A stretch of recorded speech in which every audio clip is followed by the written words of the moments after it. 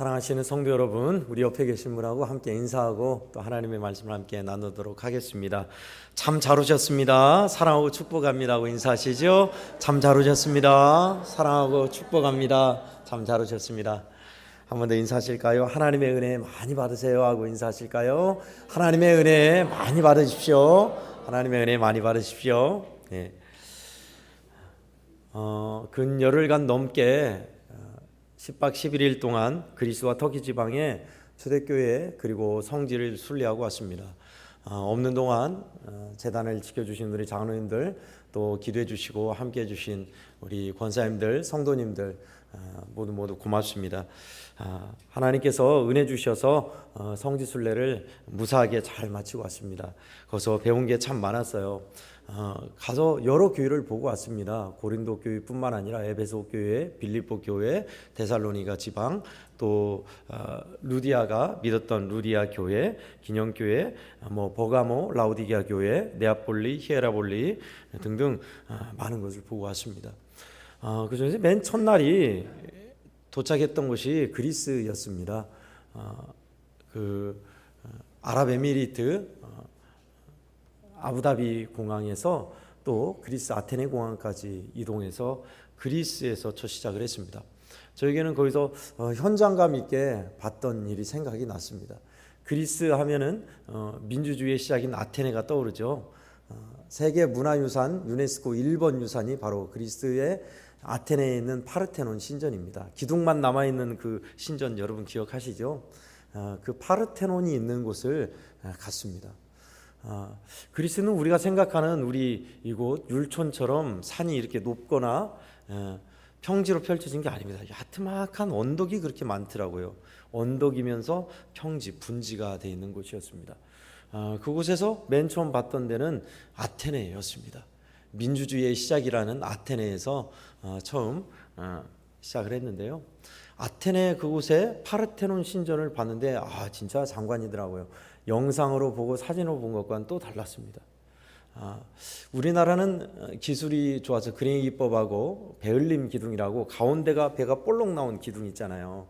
이렇게 기둥이 반듯한 게 아니라 가운데가 위에는 짧고 가운데가 배가 조금 나오고 아래도 조금 나와서 아주 균형미 있게 만든 베을림 기둥이 유명하다면 파르테논 신전은 민무늬 기둥입니다. 민기둥입니다. 민기둥은 위에는 좁고 아래는 넓게, 그래서 아주 안정감 있게 만든 것을 뜻해요. 진짜 참 잘 만들었더라고요. 뿐만 아니라 세계 문화유산으로 등재된 것은 의미가 있는 것은 뭐냐면 우리가 알고 있는 민주주의, 한 사람 한 사람의 의견을 존중하고 존엄하게 여기는 민주주의 정신이 거기에서 시작됐기 때문에 그렇습니다. 바로 그곳이 오늘 성경이 말하는 아덴이라는 곳입니다. 아테네 그곳을 아덴이라는 곳으로 사도 바울이 그곳도 복음을 전했습니다. 그곳에서 복음을 전했는데 복음을 전한 장소가 아레오바고라는 데입니다. 우리가 금방 읽었죠. 본문에서 아레오바고라는 데서 사도 바울 선생이 무슨 설교를 하였고 어떻게 복음을 전했는가라는 것을 우리가 잠깐 읽었습니다. 아레오바고는 가보니까 광장이 아니에요. 보통 아고라라고 표현하는데 광장 장터라고 하는 사람들이 거기서 이야기를 하고 정보를 주고받고 논쟁도 하는 곳이 그런 장터나 평지가 아니었습니다. 바로 아레오바고는 언덕이더라고요. 조그마한 언덕인데 바로 맞은편에 파르테논 신전과 우상들이 많은, 신상들이 많은 곳이 바로 건너편에 보였습니다. 그러니 오늘 사도 바울이 말한 이 말, 너희가 종교심이 많도다. 무슨 신상이 다 있는데 알지 못하는 신이라고 하는 단상을 보았다 하면서 그 알지 못하는 신을 내가 소개하고자 한다 하는 이유를 알겠더라고요. 그리스는요, 사람이 신을 만들었어요. 그래서 신의 모양이 사람의 모양이에요. 성경은 반대로 말하고 있죠. 하나님이 우리를 만드셨다, 자기의 형상대로. 근데 그리스 사람들은 반대였어요. 우리가 고안해내는 신은 사람의 모양으로 되어 있어요. 제우스의 아내는 헤라. 둘 사이에 난 또 신이 있고요. 그들을 중재하고 지혜롭게 하는 헤르메스, 있고, 바다의 신 포세이돈이 있고, 사랑의 신 아프로디테가 있고, 승리의 신 니케가 있고, 별별 신이 많았어요. 사람들이 만든 신이 많은 신상, 우상의 나라였습니다. 근데 재미있는 건 뭔지 아세요? 우상과 이성이 동시에 존재하는 곳이었습니다. 무슨 말이냐? 머리로, 논리로, 철학으로 이해가 돼야 믿고 수긍하는 사람들이었어요. 그런데 그들은 희한하게도 우상을 섬기는 사람들이었습니다. 우상과 이성이 병립하는 그런 나라가 아테네였습니다. 그런 아테네에 하나님의 말씀을 전한 것을 보았습니다. 어떻게 전했을까요? 알지 못하는 신에 대해 소개하겠다. 천지 만물을 지으신 신이시다. 사람이 손으로 만든 곳에 있지 않는 신이시다. 그 신은 우리가 떠받들고 봉양해야 할 신이 아니라 우리에게 생명을 주시고 호흡을 주시는 신이시다. 그 신이 알지 못하는 때에는 봐줬지만, 간과하였지만 이제는 회개하라 하신다. 왜? 정하신 사람을 보내사 정의로 심판할 것을 보여주셨기 때문이다. 죽음 가운데 살아나신 것을 보여주시기 때문이다 라고 이야기했어요. 자, 거기까지 들었으면 이제 아레오파고 언덕에서 사람들이 어떤 반응이 났을까요? 사람이 죽었다가 산다니 그게 무슨 소리냐? 아직까지 우리는 그것을 못 받고 듣지 못하였다. 다시 설명해 달라. 이것은 논리적으로 맞지 않다. 왜 사람이 우리 죄를 용서해야 하나? 또 신이라면서 신은 고통이 없는데 무슨 고통에 죽음이 있는 건가? 라고 따져 묻기를 시작한 거예요. 여러분, 철학이란 게, 필리소피라는 철학이란 것은요, 따져 묻기입니다. 왜 그런가? 그러면 이것은 왜 그런가? 어떻게 그럴 수 있는가? 또 이걸 이렇지 아니한가? 라고 따져 묻는 것이, 그래서 결론을 내는 것이 철학이에요. 그럴 수밖에 없었어요. 그렇게 따져 묻고 대답하기를 논쟁을 한 사도 바울은 그들을 떠납니다.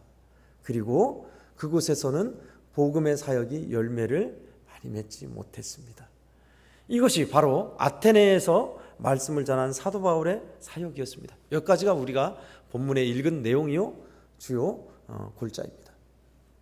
저는 이 말씀을 전할 때마다 우리 인간의 이성이 얼마나 많이 믿음을 방해하고 눈을 가리는지를 여러분께 소개했습니다.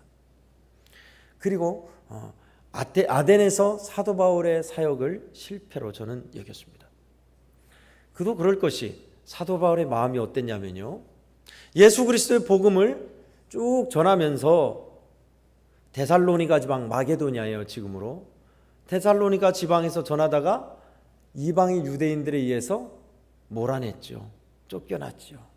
쫓겨나서 다시 왔던 데는 베레아였습니다. 베레아 지방도 갔는데 거기는 분지가 많고 과일을 참 많이 재배하는 곳이에요. 고대에도 그랬다고 그래요.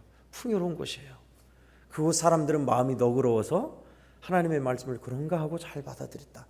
그런데 거기에서도 또 데살로니가에서 방해꾼들이 와서 사도 바울을 몰아냈지요. 또 사도 바울은 쫓겨납니다.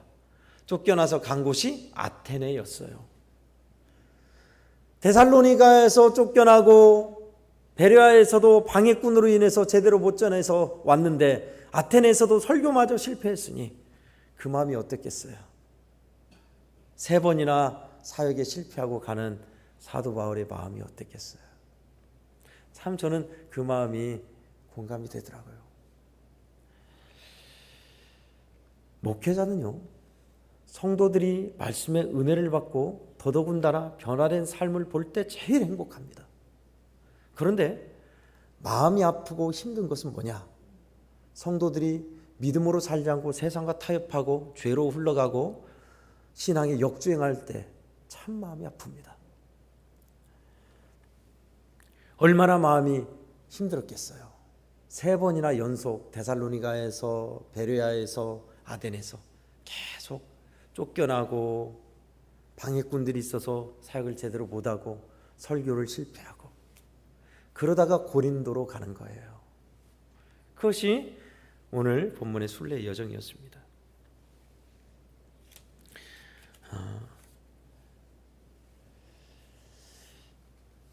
순례의 여정에서 우리는 오늘 아덴에서 볼 수 있는 것이 과학과 이성, 철학과 그리고 우리의 신앙과 믿음은 어떤 관계인가를 볼 수 있습니다. 저는 지금껏 과학과 이성, 철학은 신앙, 믿음의 영역, 우리의 생각을 초월하는 믿음과 은혜와 또 하나님께서 주시는 신앙의 영역과 상치된다고 말씀드렸습니다. 지식인일수록 머리 같은 것이 많을수록 예수 잘 믿는 사람이 많아요, 적어요? 불행히도 적습니다. 제일 은혜 받기 힘든 사람, 목사, 신학생들, 두 번째 의사들, 세 번째 판사, 정치인들. 은혜 못 받아요. 죄송하지만. 왜 그럴까요? 늘 군림하고 가르쳤고 머리에 든 것이 있기 때문에 그렇습니다. 그럼 머리를 비우고 살아야 하냐? 아니요. 두 번째, 신앙과 이성은 협치할 수 있고 협력할 수 있는 것도 있습니다. 아퀴나스라는 신학자는 이성적인 논리로 오늘날 우리가 믿고 신봉하는 도그마라는 교리를 만들었습니다. 그것은 굉장히 이성적이었어요. 이성과 철학에 의해서 만들어진 거였습니다. 신앙과 과학, 이성이 협력한 거예요. 그러면 둘 중에 하나냐? 과학과 철학은 예수 믿는데 방해가 되냐? 아니면 아니다, 오히려 도움이 된다. 둘 중에 하나일까요? 그 중간입니다. 요즘은 과학과 이성이 믿음의 영역에서 도움이 될 때도 있지만 우리의 믿음의 눈을 가릴 때도 있는 묘한 대립과 협력을 둘 다를 하고 있습니다. 자, 오늘 본문에서 그러면 우리는 어떤 메시지를 받을 수 있을까요?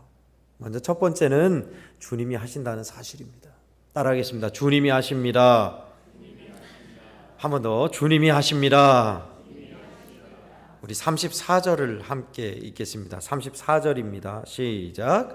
몇 사람이 그를 가까이 하여 믿으니 그 중에는 아레오바고 관리 디오누시오와 다말이라 하는 여자와 또 다른 사람들도 있었더라. 아멘. 디오누시오, 다말이, 그리고 여자와 몇몇 사람들, 많지는 않은 것 같아요. 어린 꼽아서 5명, 7명. 그 많은 아테네 시민들, 새로운 문물을 받아들이고 논하고 이야기하고 새로운 것을 받아들인 진보적인 그 도시에서 하나님의 말씀을 받은 사람들이 하나도 없는 게 아니었습니다. 7명 안짝인 추정컨대 그 사람들 말입니다. 그런데 우리가 봤던 34절에 아레오바고 관리 디오누시오라는 분을 주목할 필요가 있습니다.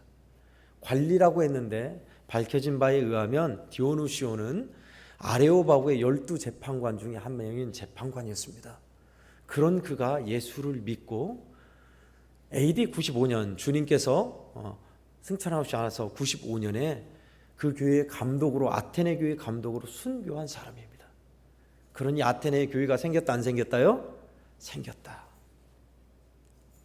사도 바울의 설교가 신앙이 실패한 것 같았지만 주님은 몇몇 사람으로 인하여서 복음이 전파되게 하셨고 그곳에 교회가 생기게 하신 겁니다. 주님이 하셨어요. 저는 이 몇몇 사람들 말입니다. 이 몇몇 사람들이 지식이 없어서 논리가 부족해서 예수 믿었다고 생각하지 않습니다. 왜냐? 그렇다면 디오누시오스는 벌써 재판관이고 뛰어난 지식이 있는 사람이에요. 그가 예수를 믿었어요. 다말이라는 여자와 몇몇 사람들도 예수를 믿었어요. 철학으로 똘똘 뭉친 그 아테네 사람이 예수를 믿게 됐다고요. 기가 막히죠? 뭐 오늘날도 그렇습니다. 사실 오늘날 얼마나 사기꾼이 많습니까? 정신줄 놓고 있으면 쥐도 새도 모르게 통장에 돈 빼가는 시대, 사기를 잘 치는 사람들이 많은 시대예요. 그래서 돌다리도 두드려보고 건넌다고 확인하고 전화해보고 또 아는 사람 통해 얘기해보고 그러고 하잖아요. 실행을 돈을 거래하거나 주거나. 이런 시대에 2000년 전에 예수, 죽었다 부활한 예수를 믿고 섬기며 산다는 것, 이게 우리의 논리로 머리로 이해가 잘 안 되죠. 그러나 주님의 복음은 우리 주님이 하시는 일은 믿어지게 하시는 일이 생기는 겁니다. 우선 저와 여러분이 이 자리에서 졸기는 졸더라도 앉아있는 것은 뭐 때문에 그렇죠? 그래요. 우리는 믿음의 항복을 이미 한 사람들입니다. 주님께 나는 예수 그리스도를 나의 주인으로 고백합니다 하고 세례를 받은 사람들이요. 우리는 하나님이 우리에게 믿음을 주사 나는 믿습니다 하고 고백한 사람들입니다. 그 고백을 받아내셨어요. 주님이 하셨죠. 믿음의 영역은 신비로워서 우리의 머리로 책을 봐서 이해를 해서가 아닙니다. 그렇게 주님이 하시더라고요. 오늘날 우리는 성과 위주로 숫자와 크기로 성취물의 결과물로 우리는 판단합니다. 그러나 주님은 그렇지 않아요. 우리 주님의 뜻대로 행하면서 실패할 수도 있고 절망할 수도 있고 열매가 적을 수도 있고 없을 수도 있습니다. 그러나 분명한 것은 결국은 주님이 하신다는 것입니다. 그렇다면 오늘날 2000년이 지난 그리스는 어떻게 되었냐? 그렇습니다. 놀라지 마세요. 그리스의 바로 옆국가가 투르키예인데 투르키에는 거의 100% 이슬람 국가입니다. 바로 인접해 있어요. 그런데 그리스는 기독교 국가예요. 동방정교회라고 천주교에서 동방정교회, 서방정교회, 동방정교를 나뉘었던 그 기독교 국가를 그대로 유지하고 있더라고요. 신기하죠? 우상을 섬겼던 나라인데 기독교 국가로 바뀌어 있어요. 그것도 풍토가 굉장히 유사했어요. 그리스 사람들은 신이 우리 모양처럼 됐을 거야 하고 사람의 모양으로 신을 만들었지만 하나님은 하나님의 형상대로 사람을 만들었어요. 그리고 신이 결혼해서 또 신을 낳다 하는 것이 있듯이 기독교는 또 성령으로 잉태되어서 사람을 낳는다는 것이 있어요. 그러니 정서가 살짝 비슷한 거예요. 그러면서 신앙이 들어가서 지금은 기독교 국가로 곳곳마다 교회가 많이 서 있더라고요. 희한하죠. 실패했던 설교였는데 논쟁으로 따지고 또 사람들이 몰아내서 방해꾼이 많아서 사도 바울의 설교나 사역은 실패한 줄 알았는데 하나님은 그곳에 교회를 세우셨어요. 그것을 안내하는 그리스 성지연구원에서 안내하면서 선교를 하시는 김태현 목사님이 우리를 안내하시면서 그 얘기를 하시더라고요. 희한하게도 사도 바울이 병고침의 역사와 능력과 놀랍게 설교를 선고했던 곳은 교회가 서지 않았다. 반대로 매맞고 갇히고 고난당하고 쫓겨난 곳에 교회가 섰다는 거예요. 희한하죠. 희한한 일입니다. 주님이 이렇게 사람을 통하여서 일하고 세우셨다는 것이었습니다. 여러분, 우리는 그렇지 않았나요? 예, 한국도 말하면 두말하면 잔소리죠. 지금부터 140년 전입니다. 신앙의 불모지인 이곳에 유교로 쩌들어 있는 유교와 불교인 이곳에 와서 아무것도 없는 곳에 와서 선교사들은 풍토병에 자녀들을 잃었고 죽어갔고 이곳에 뼈를 물었습니다. 성과요? 아니요. 성과가 난 것은 그들이 죽고 해방되고 비로소 조금 성과가 났습니다. 보이지 않는 조선의 마음이라는 언더우드 선교사의 기도문이 이것을 잘 보여주고 있습니다. 제가 기도문을 축약해서 읽어드리겠습니다. 주여, 지금은 아무것도 보이지 않습니다. 메마르고 가난한 이곳 조선 땅, 나무 한 그루 시원하게 자라오르지 못하고 있는 이 땅에 저희들을 옮겨와 심으셨습니다. 조선 남자들의 속셈이 보이지 않습니다. 이 나라의 조정의 내심도 보이지 않습니다. 가마를 타고 다니는 여자들은 영영 볼 기회가 없으면 어쩌나 걱정됩니다. 조선의 마음이 전혀 보이지 않습니다. 그리고 저희가 해야 할 일이 전혀 보이지 않습니다. 지금은 우리가 황무지 위에 맨손으로 서 있는 것 같사오나, 지금은 우리가 서양 귀신, 양귀신이라고 손가락질 받고 있사오나, 이들의 자녀들이 우리 영혼과 하나인 것을 깨닫고 하늘나라 한 백성 한 자녀임을 알고 눈물로 기뻐할 날이 있음을 믿나이다. 지금은 예배드릴 예배당도 없고 학교도 없고 그저 이곳 모든 사람들로부터 경계의 의심과 멸시와 천대함이 가득한 곳이지만 이곳이 머지않아 은총의 땅이 되리라는 것을 믿습니다. 그래요. 얼마나 참 현실감 있게 당시의 상황을 얘기하는지 몰라요. 아무것도 조선의 마음도 보이지 않고 완고한 유교의 조선 남자들, 도무지 만날 수 없는 조선의 여성들, 황무지에 맨손으로 서 있는 것 같은, 교회도 예배당도 학교도 아무것도 없는 삭막한 그곳이 은총의 땅이 될 것을, 그리고 하나님의 자녀임을 알고 눈물로 기뻐할 날이 올 것을 믿사옵니다. 그 후로부터 140년 어떻게 됐어요? 한국은 그렇습니다. 선교를 제일 많이 하는 나라, 기독교인이 4분의 1인 나라, 은총의 땅이 됐어요. 할렐루야. 주님은 이렇게 하세요. 그러니 여러분, 성도 여러분, 주님께서 여러분에게 맡겨주신 일이 성과가 없고 여전히 고난과 아픔이 있고 열매가 없을지라도, 때로는 방해가 있고 힘겨움이 가득하다 할지라도 여러분 결코 물러나거나 절망하지 마세요. 사도 바울의 이 아덴에서 실패가 무엇을 의미하는지 보여주셨잖아요. 주님이 아시더라고요. 저도요, 교육전도사로 있을 때 고향교회에서 그토록 참 사역지에서 힘겨운 아이들, 결손 가정의 아이들 많이 만났습니다. 근데요, 어느새 세월이 흐르고 보면 주님이 하셔서 그들 가운데 신학생도 나오고 신앙생활을 언제 모르게 잘하고 있는 이들도 있고요. 참 신기하더라고요. 제가 떠날 때는 전혀 그럴 기미가 안 보였는데 주님이 그렇게 하시더라고요.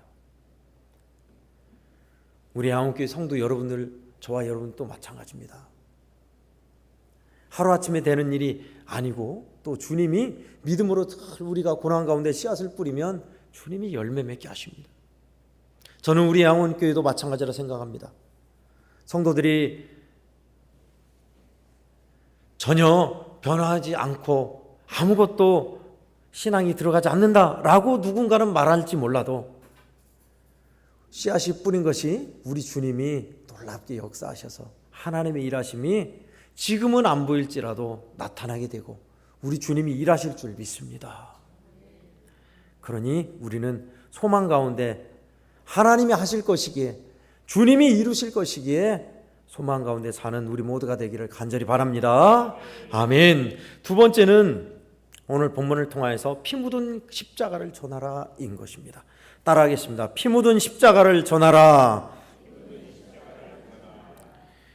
우리 한번 찾아보겠습니다. 고린도전서 2장 1절에서 5절 말씀입니다. 사도 바울이 아덴에서 떠나서 고린도로 갔는데, 그러면 고린도에서 사도 바울이 무엇을 전했는가, 무슨 생각으로 결론을 맺었는가 나와 있습니다. 졸리니까 한번 찾아보겠습니다. 성경책 가져오셨죠? 고린도전서 2장 1절에서 5절 말씀입니다.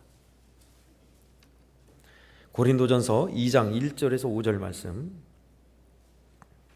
성도 여러분 찾으신 줄 알고 한 목소리로 고린도전서 2장 1절에서 5절까지를 우리가 한 목소리로 합독하도록 하겠습니다. 시작. 형제들아, 내가 너희에게 나아가 하나님의 증거를 전할 때에 말과 지혜의 아름다운 것으로 아니하였나니, 내가 너희 중에서 예수 그리스도와 그가 십자가에 못 박히신 것 외에는 아무것도 알지 아니하기로 작정하였음이라. 내가 너희 가운데 거할 때에 약하고 두려워하고 침이 떨었노라.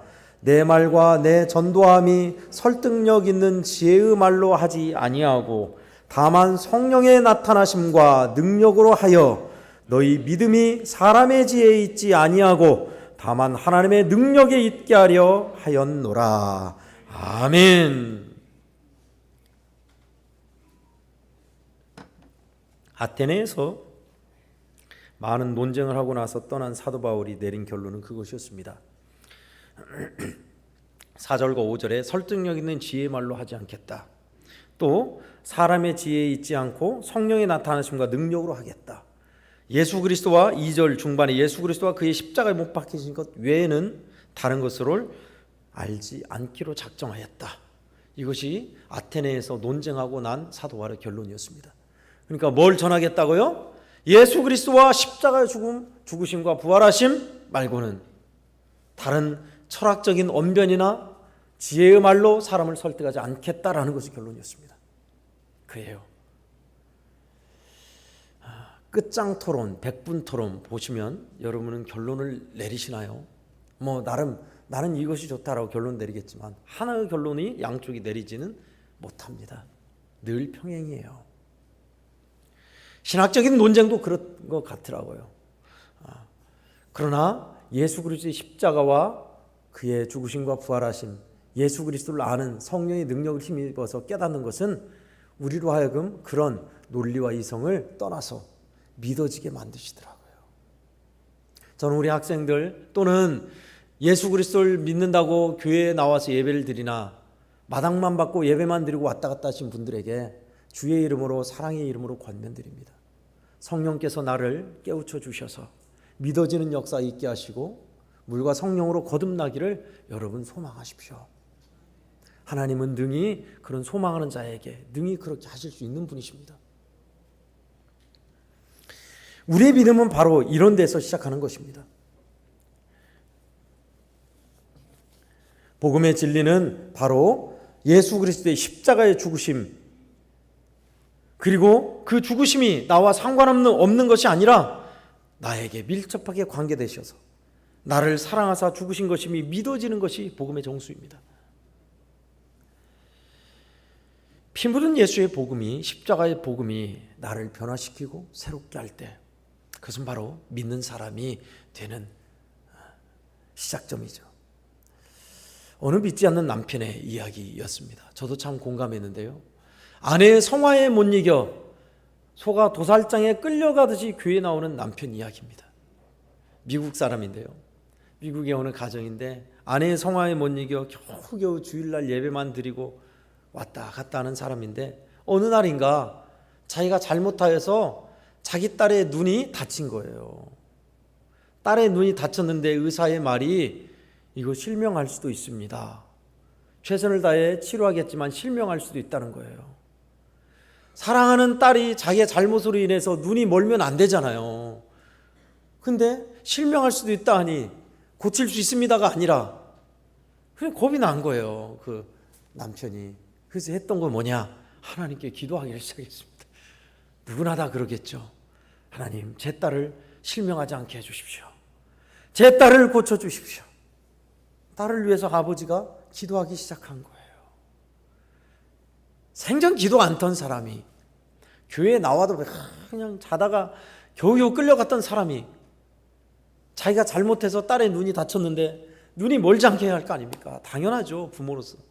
이제 하나님께 매달리는 거예요. 하나님, 제발 제 딸이 눈 고침받게 하시고 멀지 않게 해달라고 기도를 하면서 하나님께 나름 기도를 합니다. 그런데요, 하나님의 역사는 참 묘합니다.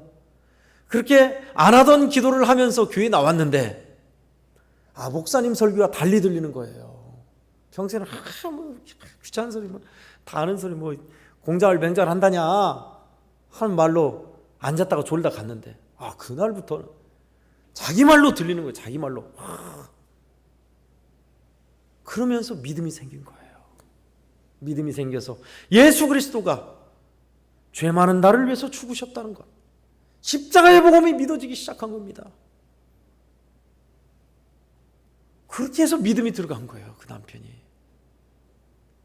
하나님께 통회하면서 예수 그리스도를 만나 더 주님을 잘 섬기면서 딸을 위해서 간절히 구했더니 딸의 눈도 잘 고침받았습니다. 할렐루야. 얼마나 축복이에요. 믿음도 가졌게 됐고 딸도 고침받았고. 피부는 예수 그리스도의 십자가는 이렇게 우리로 하여금 생명을 얻게 하고 놀라운 믿어지는 역사를 이루십니다. 논리로 이성으로 설득되어서요? 아니요. 성령으로 말미암아 성령의 능력으로 인해서 오늘 우리가 고린도전서 2장 4절 5절에서 본 것 같이 하나님의 능력이 있다. 우리의 믿음은 사람의 지혜에 있지 않고 하나님의 능력이 있다 했습니다. 예수 잘 믿는 사람 물어보세요. 당신은 어떻게 믿게 됐습니까? 하면 하나님께서 이렇게 하셨다고 십중팔구 다 그렇게 얘기합니다. 믿어지는 것, 믿어지는 은혜, 예수님께서 나를 위해 십자가를 지시고 죽으심이 믿어지는 것, 준비된 영혼은 그것이 돼요. 전도를 하다 보면요, 많은 사람 만나죠. 기도하고 나아가면 그렇게 완악하게 막 주보를 주면서 예수 믿고 복 받으세요. 교회에서 왔습니다 하면 주보를 탁 쳐낸 사람이 있어요. 그럼 참 마음 상하죠. 그런데요, 주님이 우리를 위해서 십자가에 죽으셨습니다. 하나님은 당신을 사랑합니다. 가만히 듣고 있는데 눈물을 톡톡 흘리면서 믿는 사람이 있어요. 준비된 영혼이에요. 준비된 영혼. 믿어지는 것은 말로 설명되지 않습니다. 자, 그렇다면 아직도 안 믿어지는 나는 그러면 어떻게 하는 것이냐? 네, 이것이 우리 성도들의 과제이죠. 아직도 나는 그렇게 안 믿어지는데 그러면 어쩌자는 거냐? 그렇습니다. 십자가는 내가 믿고 싶다고 해서 내 이성과 지금까지 살아온 경험치로 해석되지 않습니다. 분명합니다. 왜냐하면 내가 왜 죄인이야? 형법상, 민법상 나는 죄 짓지 않았다. 뿐만 아니라 나는 그렇게 큰 죄인 아니다. 예수 그리스도와 나와는 무슨 상관인지, 내가 원하지 않는데 죽어주시고 사랑과 믿음을 강요하는 것이냐? 자격 없고 잘난 것 없고 탁월 찾는 나를 위해 왜 도대체 나한테 뭘 얻으시려고 하는 것이냐?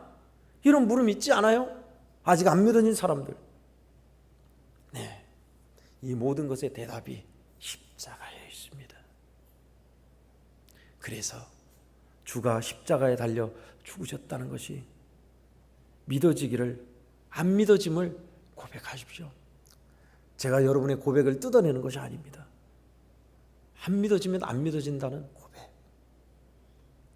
이것이 하나님께서 우리의 믿음을 시작하는 길이더라고요. 보니까 벤허라는 영화를 대부분 연세 있으신 분들은 보았을 겁니다. 귀족 집안이 몰락하여서 자기 집안을 몰락시킨 사람의 전차 경기를 통해서 원수를 갚는 내용으로 알고 있지만 아니요, 사실은 그 후예요.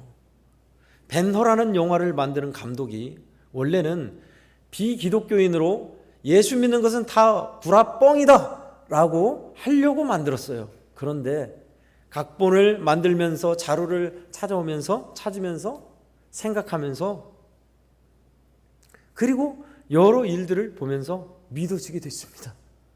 안 믿는 영화 만들려다가 감독이 예수 믿게 된 거예요. 그래서 예수 믿는 기독교 영화를 만든 겁니다. 결과는 뭐냐면요, 전차 경기에서 원수를 갚는다는 게 아니에요. 불치병에 걸린 자기 어머니와 여동생 찾아가죠. 근데 예수 그리스도의 십자가 사건으로 말미암아 신기하게 고침을 받아요. 예수 그리스도의 십자가의 사건이 거기 말미에 나와서 고침받고 우러러보는 그런 것이 마지막에 나와요. 그게 하고 싶은 말이었습니다. 원수를 갚으면 시원할 줄 알았는데 그게 아닌 진정 고침받고 회복되는 것, 살 길이 어디 있냐? 예수의 십자가. 피 흘려 죽으신 예수 그리스도의 십자가가 우리를 고친다는 것이 마지막에 하고 싶은 말이었습니다. 주께서 사랑하시는 우리 애양호교회 성도 여러분, 아테네 설교를 통해 여러분은 뭐가 느껴지십니까? 현장에 가봐서 이야기를 하고 목사님들과 함께 아테네 아레오바고 언덕에 있는 그 언덕에 이렇게 사도 바울이 설교했던 그 비문이 있어요. 그곳에서 우리 모두가 함께 기도했습니다. 우리가 전하는 복음이 많은 사람에게 스며들지 않을지라도 하나님이 맡겨주신 사명이 지금은 열매가 없을지라도 주님이 하신다는 사실. 그러니 절망하지 않고 낙심하지 않고 하나님 맡겨진 사명을 감당하리라 다짐했던 자리였습니다. 사진을 찍어왔습니다. 그래서 몇 장만 찍어왔습니다. 다 하기엔 그러니까 한번 사진 띄워주실까요? 이것이 바로 아레오바고 언덕에 올라가는 언덕의 입구에 있는 그 사도 바울의 설교문이 써있는 헬라어로 그리스어로 써있는 곳입니다. 두 번째요. 아레오바고 언덕, 저와 제 아내가 찍은 사진입니다. 그 뒤편에 언덕 보이죠? 저하고 제 아내 머리 뒤편에 그 언덕이 파르테논 신전이고 그곳에 신상이 많이 있었다고 그래요.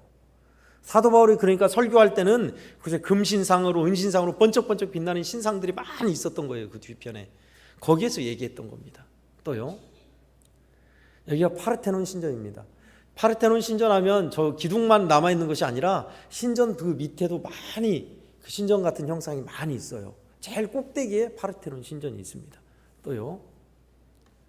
한참 보수공사 중이더라고요. 그래서 함부로 올라가지 못하고 만지지 못했어요. 파르테논 신전이 굉장히 웅장합니다. 그거 잘 만들었어요. 그 아래에서 지금 아시바 매놓은 것을 찍었고요. 또요. 사람들이 엄청 많습니다. 그래서 제 아내도 한번 자빠질려다 말았는데 하도 사람들이 오르락내리락 해가지고 거기 대리석이 맨질맨질해요.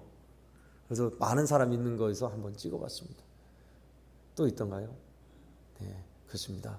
조윤정 사모가 나 여기 왔다고 찍고 있습니다. 네, 다 됐죠. 그곳에 신상이 많은 그곳에 실패한 설교가 아니라 주님이 하셨다는 사실, 십자가에 예수 그리스도의 십자가만을 전하겠다는 결론이 오늘날 우리가 있게 만들었습니다. 성도 여러분, 오늘도 우리 성도 여러분들은 나름 아레오바고 언덕에 있는 사람이 있으실 거예요. 안 믿어져서 도무지 힘겨운 사람도 있으실 겁니다. 여러분, 우리가 주님께 고백하고 성령의 도우심을 받으면 우리는 믿어지는 역사가 일어나고요. 할렐루야. 뿐만 아니라 여러분, 저와 여러분의 인생이 가장 영광스러울 수 있는 것은 뭔지 아세요? 하나님의 손 안에 있는 거예요. 하나님의 손 안에 있을 때 가장 영광스럽게 내 인생이 의미 있고 가치 있게 되는 겁니다. 다른 길 없어요. 그러니 오늘 믿음을 주시기를, 또 우리로 하여금 하나님께서 허락하신 사명의 자리에서 실망하지 않기를, 예수 그리스도의 십자가의 복음이 더 깨달아지고 그 은혜와 사랑을 깊이 새길 수 있기를 우리가 소망하고 다짐하며 나가면 우리 주님은 반드시 여러분을 도우실 것이고 그렇게 믿음이 더해질 줄 믿습니다. 아멘. 하나님 아버지 감사합니다. 사도 바울이 2000년 전에 아테네에서 말씀을 전하고 힘겹게 걸었던 길을 우리가 보았습니다. 예수 그리스도를 믿고 주님의 뜻을 따라 가는 길이 때로는 어려우며 힘겨우며 열매가 적을지라도 주님이 하신다는 사실을 우리가 배웠사오니 하나님, 절망하거나 낙심하거나 물러나지 않는 우리들 되게 하여 주시옵소서. 뿐만 아니라 주여, 예수 그리스도의 피 묻은 십자가, 이것이야말로 우리를 살리는 것이며 이것이야말로 우리로 하여금 온전케 하는 것임을 깨달았사오니 이것을 전하며 믿으며 믿어지기를 소망하며 나아가는 우리들 다 되게 하여 주시옵소서. 그래야 하나님의 손에 붙들린 영광스러운 믿음의 인생들이 다 되게 하여 주시옵소서. 거룩하신 예수님의 이름으로 기도하옵나이다.